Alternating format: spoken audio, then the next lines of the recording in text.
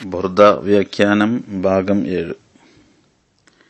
ലൗലൽ ഹവാ ലം തുരിഖ് ദംഅൻ അലാ തലലി വലാ അരിഖ്ത ലിദിക്രിൽ ബാനി വൽ അലമി മൗലായ സ്വല്ലി വസല്ലിം ദായിമൻ അബദാ അലാ ഹബീബിക ഖൈരിൽ ഖൽഖി കുല്ലിഹിം.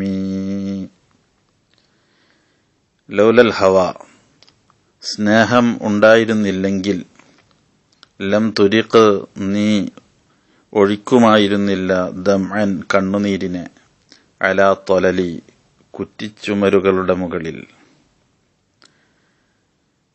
തൊലല് എന്ന് പറഞ്ഞാൽ ഇഷ്ടപ്പെട്ട ആളുകൾ, സ്നേഹിക്കുന്ന ആളുകൾ താമസിക്കുന്ന സ്ഥലങ്ങളുടെ അവശിഷ്ടങ്ങൾ എന്നാണ് ഉദ്ദേശം. ഒരാളെ സ്നേഹിച്ചാൽ അയാളുമായി ബന്ധപ്പെട്ട വസ്തുക്കളൊക്കെ കാണുമ്പോൾ മനസ്സിന് വല്ലാത്തൊരു ആനന്ദമാണ്. വിശുദ്ധ ഹറമിൽ പോയവർക്കറിയാം, ഹബീബ് റസൂലുള്ളാഹി സ്വല്ലല്ലാഹു അലൈഹി വസല്ലമയുടെ തിരുഭവനം കാണുമ്പോൾ നെടുവീർപ്പിടാത്ത, മാനസികമായി ആനന്ദം ലഭിക്കാത്തവർ വിശ്വാസികളുടെ കൂട്ടത്തിൽ ആരും ഉണ്ടാവില്ല.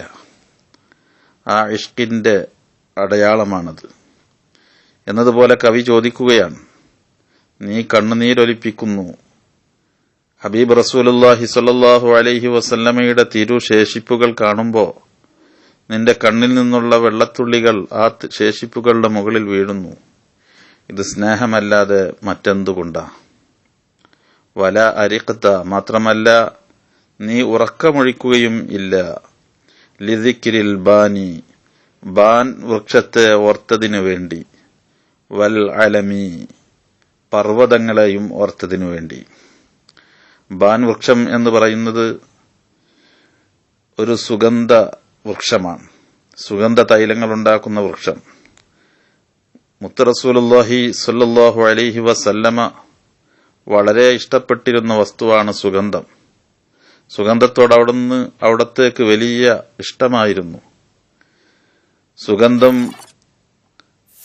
പുതിയ വാസനകൾ ലഭിക്കുമ്പോൾ ഹബീബ് റസൂലുള്ളാഹി സ്വല്ലല്ലാഹു അലൈഹി വസല്ലമ സ്വഹാബികളോട് അതിന്റെ കാരണം അന്വേഷിക്കാറുണ്ടായിരുന്നു. അതുകൊണ്ട് തന്നെ മഹത്തുക്കളൊക്കെ സുഗന്ധത്തോട് വല്ലാത്ത ആദരവാണ് കാട്ടിയിട്ടുള്ളത്. ഒരാൾ നമുക്ക് സുഗന്ധം നൽകിയാൽ അത് വേണ്ട എന്ന് നമുക്ക് പറയാൻ പാടില്ല, അത് സ്വീകരിക്കണം. അത്തറക്കല്ലാഹു ബിഉതൂരിൽ ജന്ന, അവന് വേണ്ടി ദുആ ചെയ്യണം, സ്വർഗീയ സുഗന്ധം നിനക്കല്ലാഹു ആസ്വദിപ്പിക്കട്ടെ എന്ന് പറയണം. വേണ്ട എന്ന് നാം ഒരിക്കലും പറയരുത്. സുഗന്ധത്തിന്റെ മഹത്വമാണത്. ആ സുഗന്ധത്തെ സ്നേഹിച്ച ഹബീബ് റസൂലുള്ളാഹി സ്വല്ലല്ലാഹു അലൈഹി വസല്ലമയെ ഓർമ്മ വരികയാണ് കവിക്ക് ബാൻ വൃക്ഷം കാണുമ്പോൾ, അതുപോലെ തന്നെ പർവ്വതങ്ങൾ കാണുമ്പോൾ. കാരണം പർവ്വതങ്ങൾക്ക് ഹബീബുമായി വലിയ ബന്ധമുണ്ട്. അവിടുത്തെ റിസാലത്തിന്റെ, തബ്ലീഗിന്റെ തുടക്കം ഒരു പർവ്വതത്തിന്റെ മുകളിൽ വെച്ചായിരുന്നു. ജബൽ അബിൽ ഖുബൈസിന്റെ മുകളിൽ വെച്ച് അവിടുത്തെ കൂട്ടുകാരെ, നാട്ടുകാരെ, കുടുംബക്കാരെ ഒരുമിച്ച് കൂട്ടി അവിടുന്ന് വിളിച്ചു പറഞ്ഞില്ലേ തൗഹീദിന്റെ ശബ്ദം. പക്ഷേ അതുവരെ ആദരിച്ച, ബഹുമാനിച്ച തന്റെ കുടുംബക്കാർ, തന്റെ വേണ്ടപ്പെട്ടവർ അന്ന് ആക്ഷേപിച്ചില്ലേ ഹബീബിനെ. അവിടുത്തെ ഹൃദയം വേദനിച്ചു. തബ്ബല്ലഖ് എന്ന് അവിടുത്തെ ആക്ഷേപിച്ചുകൊണ്ട് സ്വന്തം ആളുകൾ തന്നെ, അബൂലഹബ് തന്നെ വിളിച്ചു പറഞ്ഞപ്പോ, പക്ഷേ അള്ളാഹു ഹബീബിനെ കൈയൊഴിഞ്ഞില്ല, ഹബീബിനെ സമാധാനിപ്പിച്ചു. അതേ നിമിഷത്തിൽ തന്നെ അള്ളാഹു തആല തിരിച്ച് അബൂലഹബിന് മറുപടി കൊടുത്തു, തബ്ബത് യദാ അബീ ലഹബ് എന്ന ആയത്തിലൂടെ. ഇവിടെ നാം മനസ്സിലാക്കണം, ഹബീബിന് വേദനിച്ചാൽ അള്ളാഹു വെറുതെ വിടില്ല. നാമൊക്കെ ശ്രദ്ധിക്കേണ്ട വിഷയമാണ്. അള്ളാഹുവിന്റെ ഹബീബിനെ, അവിടുത്തെ ആസാറുകളെ നിന്ദിക്കുമ്പോൾ ആ ഹബീബിന്, അല്ലെങ്കിൽ ഹബീബിനോടുള്ള മഹത്വവും സ്നേഹവും ആദരവും ആരുടെയെങ്കിലും മനസ്സിൽ കുറയാൻ അത് കാരണമാകുമ്പോൾ അള്ളാഹു നമ്മെ വെറുതെ വിടില്ല. സൂക്ഷിക്കണം, റബ്ബ് നമ്മെ കാത്തു രക്ഷിക്കുമാറാവട്ടെ.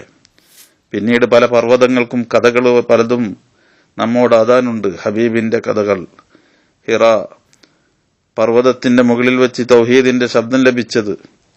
അതുപോലെ തന്നെ ജബൽ സൗറിന്റെ മുകളിലൂടെ കയറി സൗർ ഗുഹയിൽ പോയത്, അവസാനം ജബലുർ റഹ്മയിൽ വന്ന് തന്റെ ലക്ഷക്കണക്കിന് വരുന്ന അനുയായികളോടുകൂടെ തിരിച്ചു വന്നത്, ആ ചരിത്രങ്ങളൊക്കെ വാചാലമാകുന്ന പർവ്വത നിരകൾ കാണുമ്പോൾ ഹബീബിനെ നാം ഓർത്തുപോവുകയാണ്.